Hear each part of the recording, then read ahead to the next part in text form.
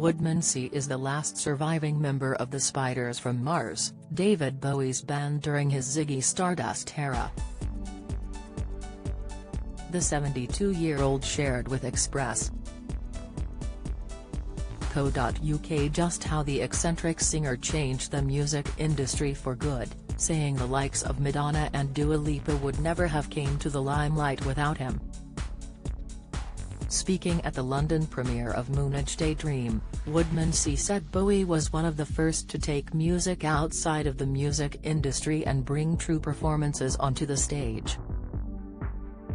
He said, "You wouldn't have had Madonnas, you wouldn't have had Dua Lipa, you wouldn't have had all the things that have come since then." He brought choreography into it, he brought proper lighting into it.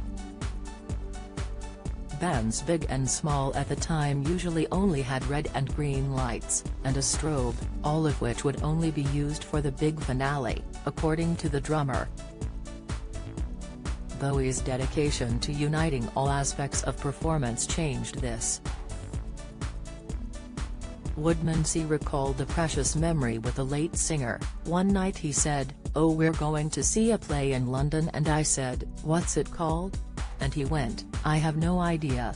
Bowie explained that they were not going to watch a play, they were going to watch the lighting director, who was the best one in London at the moment. To this day, Woodmansey could not recall what the play ended up being. He continued, "He was at work all the time picking up things and then it would come out in his work. It was like, how do you present it better? How do you make that song create a bigger impact on the audience with the light choreography with everything? People didn't look at it like that back then." Moonage Daydream, directed by Brett Morgan, is the first film to be officially authorized by Bowie's estate and is narrated by the late singer thanks to dexterous editing and planning.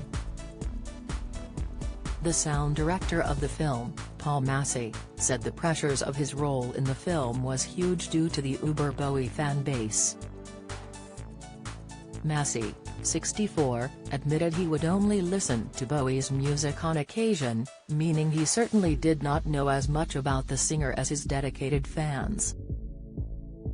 Rather than focusing on that, he channeled what he remembered of Bowie into his work and hoped audiences would get to experience the singer in quite a different way in a theater. He recalled his first encounter with Bowie's music was at around 9 years old as part of an act of rebellion. "I was told to go to bed and I would sneak upstairs and put the transistor radio right next to my ear and I'd listen to pirate radio stations and David Bowie. It just felt rebellious at the time." He was rebellious, yes, but he was doing it to challenge himself and also share a social message that it's okay to be a bit different. In his music styles and fashion and characters.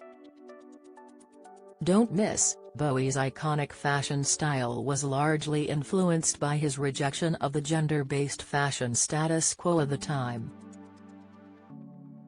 Drag queen Bimini Bon Boulash, 29, shared they try to replicate this unique aspect of the singer in their own word. "David's someone I look to when it comes to gender bending, gender non-conforming. It's someone that kind of, you never knew what to expect, a real chameleon, which is something I try as well. I feel like Bowie and Madonna are the two pinnacles of that, they had eras of not knowing what to expect." Also at the premiere was musician Billy Lockett, who said his work had been influenced by Bowie in every way. He said, "He's one of the only ones that has. It's not just the music but everything about him is just so free and so himself, and that's so important. I think a lot of people forget that you just got to try and be honest and everything else will work." He recalled his first time hearing Bowie's music was surprisingly in the 2001 animation Shrek. "There was changes at the end, it blew my mind. I was only about 10 I think, and I remember asking my dad what it was and he had all the vinyls, so I just binged the vinyls. Lockett believes his generation's Bowie is pop sensation Harry Styles. It's obvious. I mean, everyone is saying it and I now agree. I've been watching it from the beginning really, and it couldn't be anyone else. Moonage Daydream releases in the UK on September 16.